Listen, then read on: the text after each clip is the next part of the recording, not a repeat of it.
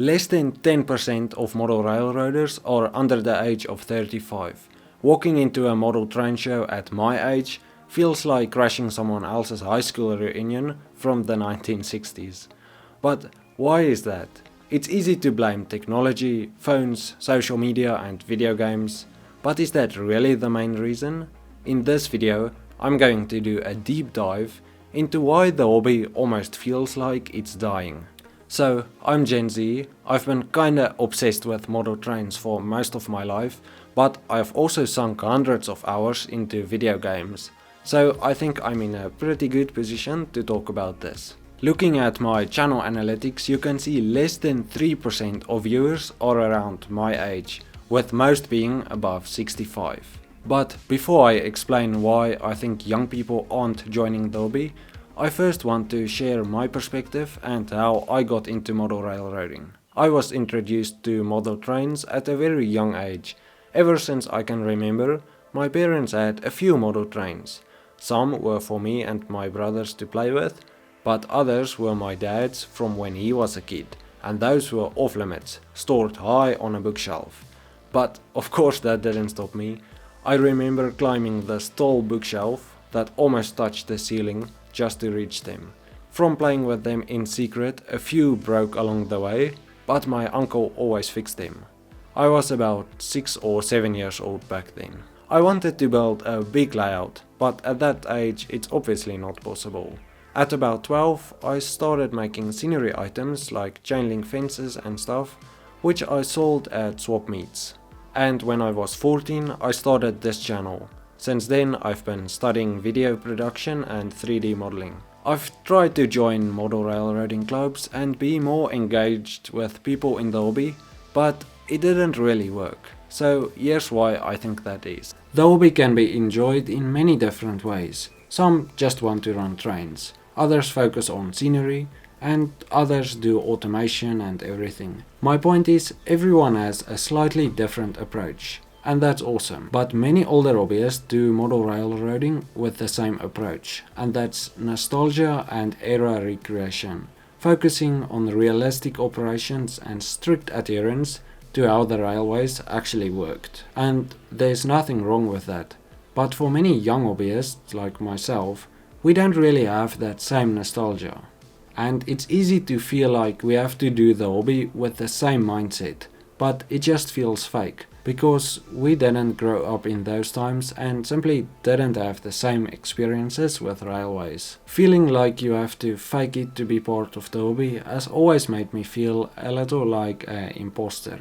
Even if I wanted to, I simply don't have the same knowledge about trains and railways that most modelers focus on. A lot of modern railroading exists because of that history, so if I want to make something realistic, I can't simply ignore it. But without that background knowledge, it feels so overwhelming, like I have to research everything before I can even do something small. So I think the motivation is different for many young hobbyists.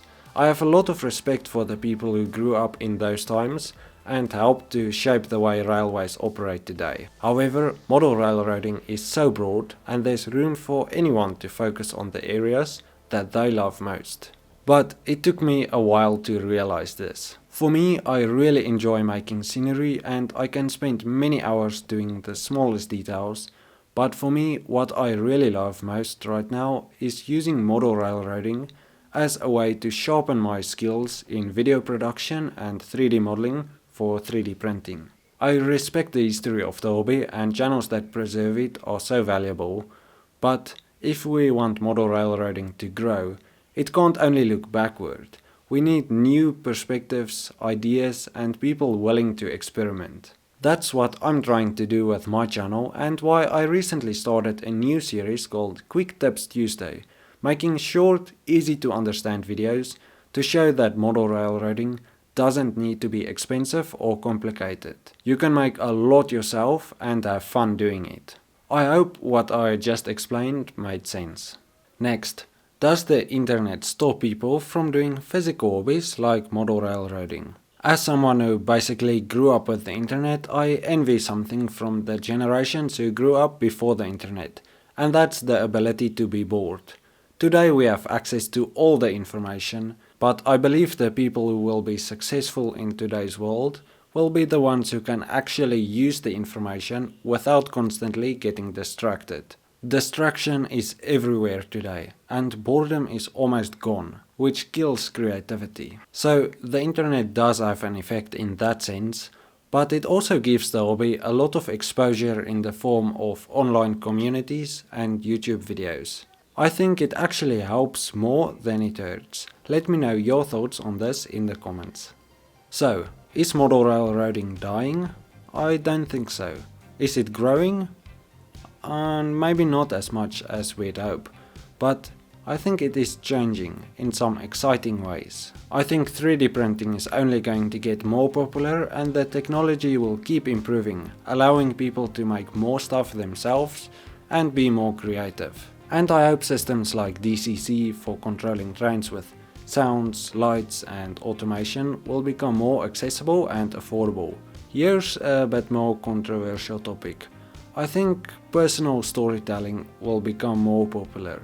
People will still model historical railways, of course, but I think creating your own imaginative layouts and stuff will become more popular. Not sure how I feel about this. And I expect room-sized layouts will become even less popular, because people simply don't have enough space. Here's some more obvious reasons keeping people from doing model railroading. Lack of exposure. Many young people don't even know about the hobby. Some saw it maybe once at a show somewhere, but overall they just don't know about it. Time. We all know the hobby consumes hours and hours, and many young people just don't have that much time to invest in a hobby like this. Cost. The hobby can be expensive, but other hobbies are also expensive. And there are many ways to cut down on cost by doing things yourself. Space. Everyone wants to build a big layout, but not many of us have enough space to actually do it. So if you can't find a way to enjoy the hobby without building a massive layout, you will basically never be satisfied. And finally, cultural shift. Times change, people grow up differently, and interests shift. But here's the main reason why I think young people aren't picking up model railroading. It's an old man's hobby. I'm joking. But also not really. Personally, I really like to chat with some of you older folks and I learn a lot. But there's definitely some truth to that stereotype, and I think it does affect how welcoming the hobby feels to my generation. With that said, we have to remember it's just a hobby. It's also a large industry, but for most people it's just a hobby. Even though I enjoy many aspects of the hobby and I can spend many hours on small details, I have to remember I need to make a living and I want to support a family one day. Share your thoughts in the comments. I would love to know your perspective on what I discussed in this video. If you are curious about my new video series, here is the intro video, and thanks for watching.